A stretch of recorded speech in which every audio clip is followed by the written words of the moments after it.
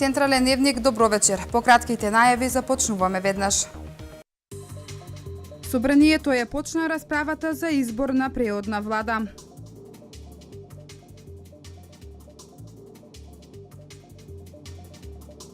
Поттикни иновативни проекти за мали и средни компании преку европски програми.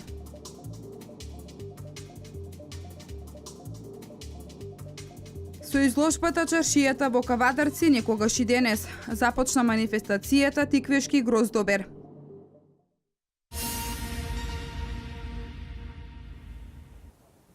Бизнис центарот за поддршка и советодавни услуги на мали и средни предпријатија во Вардарски плански регион заедно со представници од Стопанската комора и Германското друштво за програми и развој денеска ги презентираа поволностите кои ги нудат овие европски програми и начините како малите и средни компании да аплицираат и изготват проект.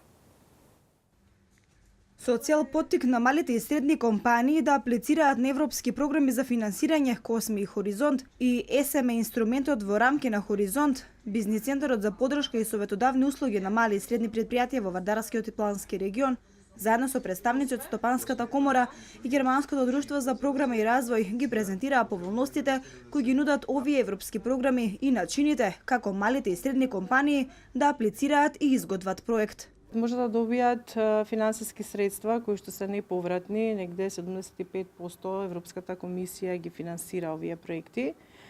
Во СМ инструментот фирмите можат сами да аплицираат, така да тука средствата се поголеми, да кажеме од 50.000 евра во првата фаза па се до 2 милиони евра во втората, односно комерцијализација кој што е еден од најклучните фактори кои што ги дава Европската комисија за да може да добијат фирмите, меѓутоа тука е со вклучено и кофинансирање од страна на малите и средните фирми. Овие средства се со слаба искористеност во Македонија, што не е случај во останатите европски држави, вели Мојсовска.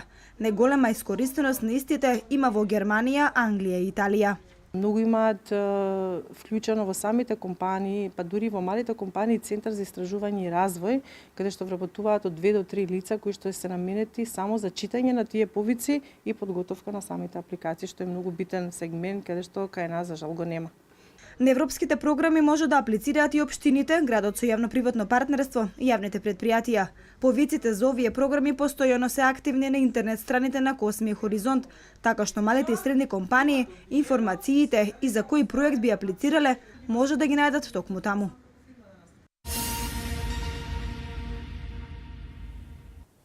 Триесетидвајца вработени во армијата на Република Македонија, кои се прворангирани за купување на стан преку проектот Арама Мој вистински дом.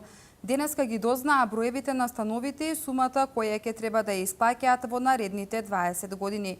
Министерот за одбрана Зоран Јолевски информира дека во текот на наредната недела ќе биде поставен камен темелник на првата зграда од 32 стана.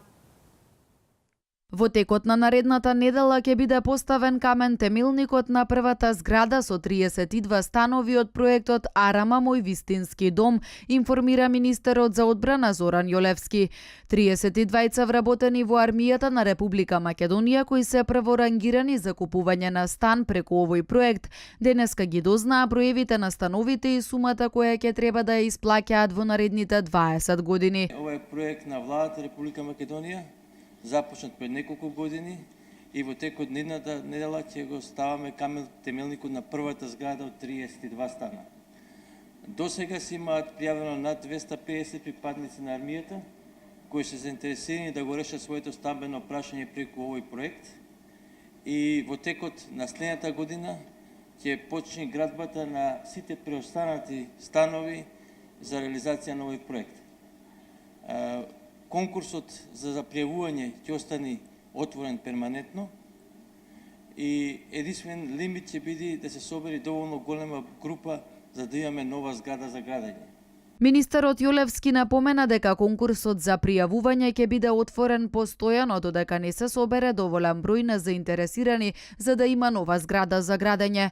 Тој вели дека условите за откуп на станови преку проектот се многу поволни, односно цените по кои што ќе се купуваат се еднакви на градежната цена на станот, а ќе се отплаќаат на 240 месечни рати.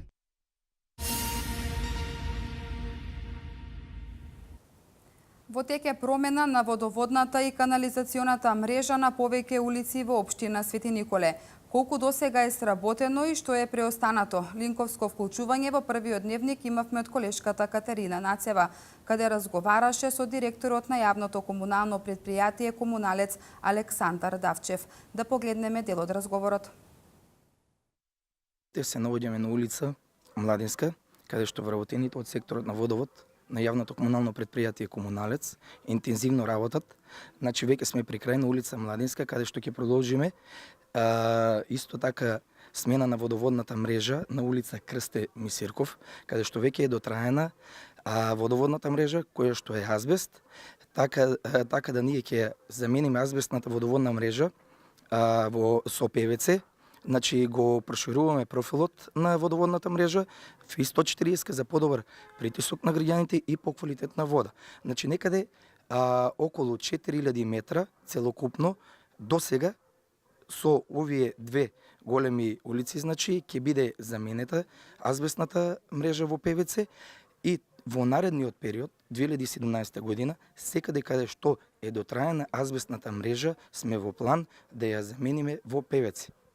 Само да напоменеме дека секое домаќинство се приклучува на новата канализациона мрежа. Секое домаќинство значи се приклучува на новата ПВЦ водоводна мрежа каде што ќе се исклучат од азбестната за подобар, како што кажав, квалитет на водата и подобар притисок.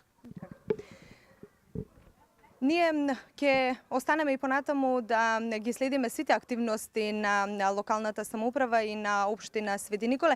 Само да напоменеме дека пред самото асфалтирање, значи на улиците се врши замената на овие стари дотрајани азбестни цевки, како што нормално и предвидуваат градежните работници и како што е всушност и по планот и програмата на проектите.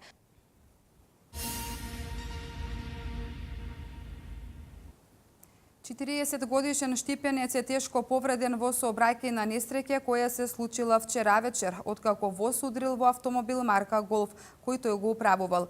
Според информациите од МВР, несреќата се случила на патниот премин преку железничката пруга Кочани-Скопје, на локалниот пат село Ерџелија, село Кадрифаково.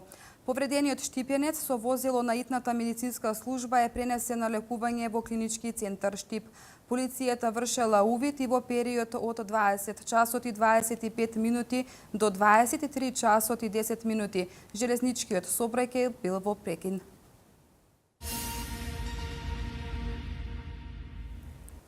Во Демир Капија во тек се градежните работи за реконструкција на улица Елинтенска со крак улица Питугули.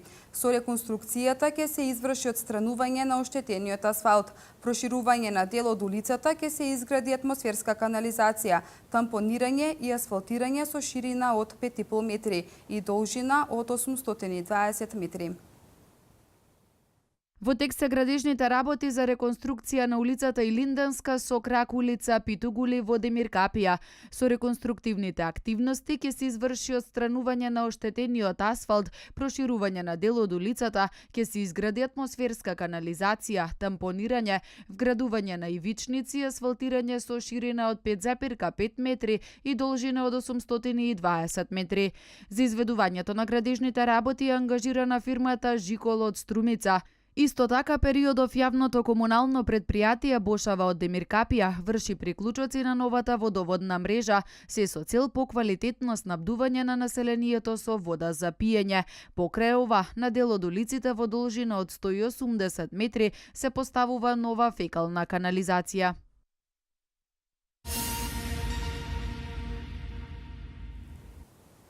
Образованието денеска тема на пресконференција на СДСМ. Велат дека лошата политика е причина за иселување на граѓаните, а тоа пак за намалување на бројот на ученици.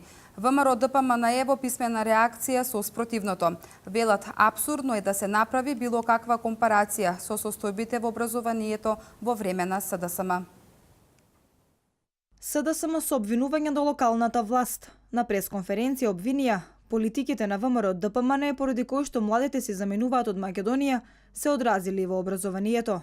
Од таму велат, бројот на ученици во училиштето е мал, тие се гушат во долгови, а владеачката издвоила средства за панорамско тркало во Скопје. Оваа година училиштето во Велес запишени се само 450 средношколци. Инаку, пред 10 години, нивниот број изнесуваше 1000. Иста е состојбата и во соборачињата, кои што број континуирано се намалува. Речиси сите основни училишта од Советот на општина Велес имаат доставено барање за формирање на паралелки со помал број на ученици. Бројот на ученици се намалува, додека училиштата се гушат во огромни долгови. Апсурдно е да се направи било каква компарација со состојбата во образованието во време на СДСМ, затоа што не постоела идентична стратешка определба тогаш и сега. СДСМ има инвестирано во образованието 0 денари. За СДСМ стои во писмената реакција на ВМРО ДПМН, образованието била последна и запоставена алка на системот. Буџетот наменет за образование во изминатите години е зголемен за повеќе од 72%. Средства подеднакво се инвестираат во напредувањето на образовната инфраструктура и во квалитетот на наставата. Ако до 2006 година СДСМ воопшто не размислуваше за градење на училишта, за време на мандатот на владата предводена од ВМРО ДПМН изградени се 74 нови училишни објекти низ целата држава, од кои 4 се во општина Велес, и тоа училиштето во село Горно Оризари, село Иванковци, село Отовица и село Сливник. Стои во писмената реакција на ВМРО ДПМН. Образованието и претходно беше тема на партиски реакции на опозицијата и власта.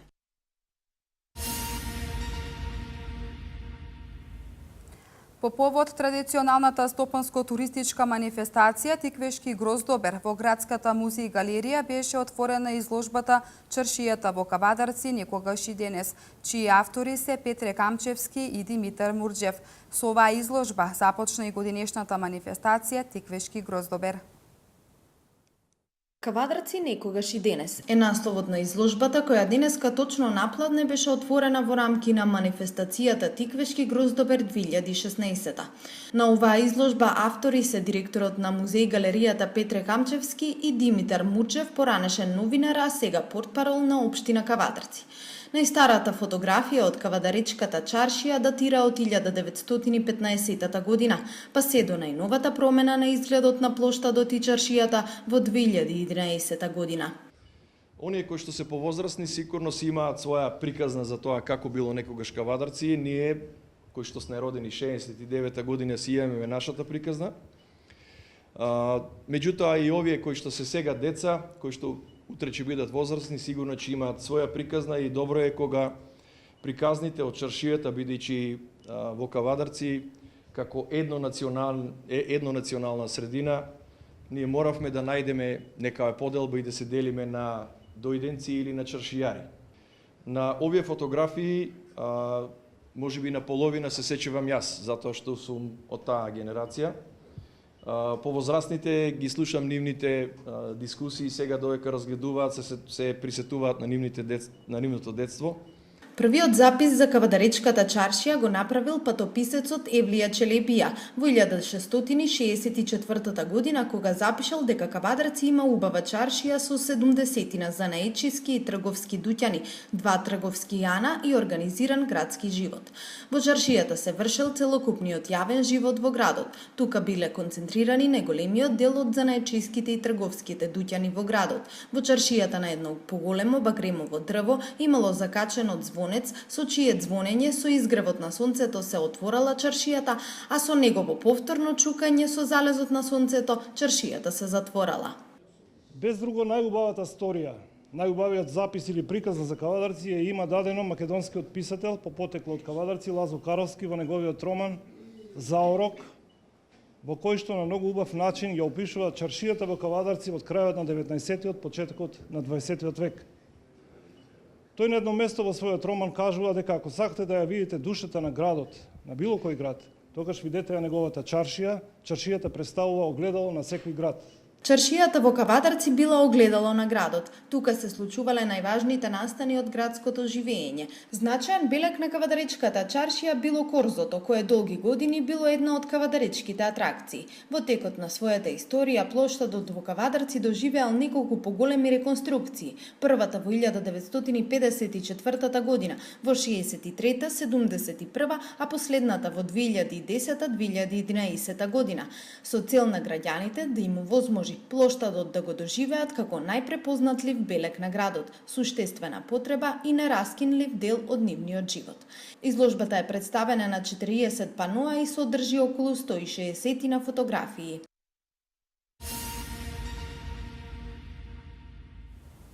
Унијата на жени на ВМРО ДПМНЕ од Велес организираше хуманитарен базар каде беа изложени рачни изработки и ракотворби од страна на членките. Средствата собрани од овој базар планирано е да бидат испратени на семејствата кои настрадаа во поплавите во Скопје. Унијата на жени на ВМРО ДПМНЕ Велес организираше продажен базар на кој беа изложени рачни изработки и ракотворби од страна на членките. Во организацијата на настанот се вклучија и членки на Унијата на жени од неколку други општини од околината на Велес. Истиот е од хуманитарен карактер. Тие се надеваат дека нивниот скромен придонес ќе помогне некому. Овој базар го организираме во соработка со Унијата на жени на општина Чашка, општина Градско и општина Лозово. Значи им благодариме пред се на председателките кои што се денеска присутни тука за нивната соработка.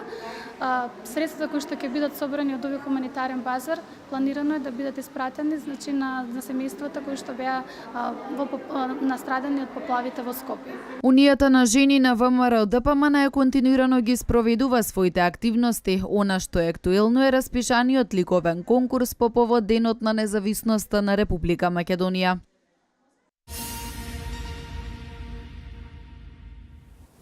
Собранието на Република Македонија ја избра преодната влада која треба да ги спроведе предвремените парламентарни избори на 11 декември. Нов министер за внатрешни работи е Оливер Спасовски, а Фросина Ташевски-Ременски е министер за труд и социјална политика. За Спасовски гласаа 95 пратеници, а двајца беа против. Ременски пак доби поддршка од 94, а против гласаа двајца пратеници. Оливер Спасовски, Фросина Ташевска-Ременски, Кире Наумов, Александар Кирацовски и Љупчо Николовски се дел од техничката влада, која треба да ги организира престојните парламентарни избори. Според договорот на лидерите на 4 најголеми партии, Спасовски е министер за внатрешни работи, Ременски за труд и социјала, Наумов дополнителен заменик министер за финансии. Новаа позиција во Министерството за информатичко општество е Кирацовски, додека во земјоделие Николовски. Овие измени денеска ги изгласаа претениците во Собранието на Република Македонија. Пред нивниот избор прифатени беа оставките на досегашните министри за внатрешни работи Оливер Андонов и за труд и социјална политика Диме Спасов. Премиерот Димитриев во својот говор пред претениците потенцира дека главен фокус на новата влада треба да биде организирање на фер и демократски избори, кои всушност ќе стават крај на политичката криза, но и реализација на проекти кои ќе значат намалување на невработеноста.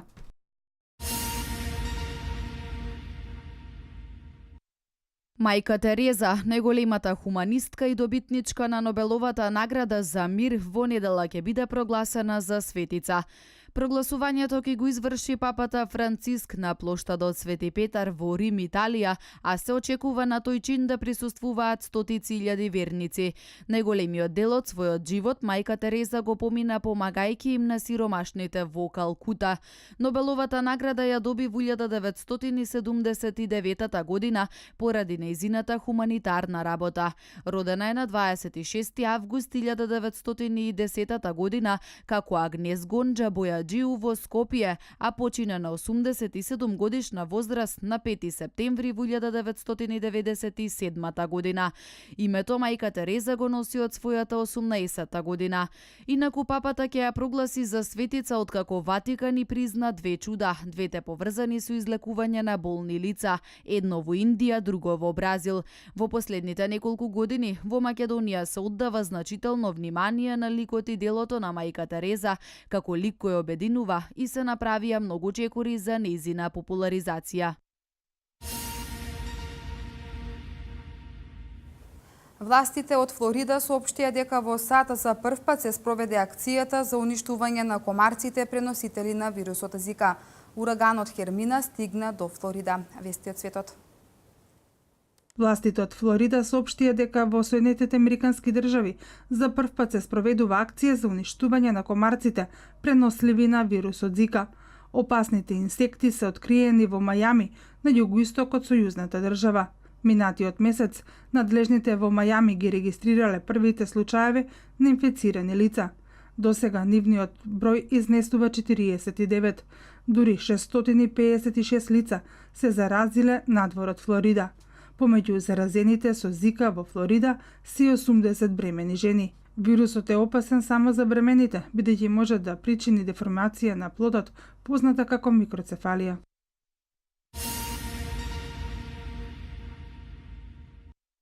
По една деценија најсончевата американска држава погодена е од ураган Хермина. Ураганот, 1,5 час по полноќ по локално време, удрил на тлото на Флорида, информираат од Американскиот национален центар за урагани.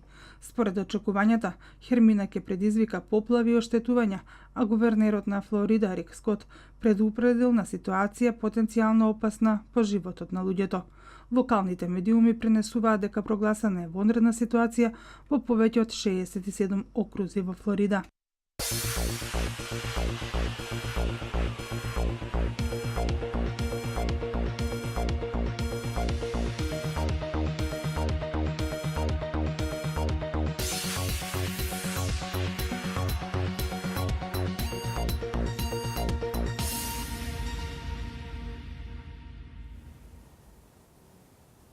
Денеска преовладува стабилно претежно сончево време со максимална температура до 32 степен. Слични се прогнозите и за деновите од викендот. Деталите во продолжение.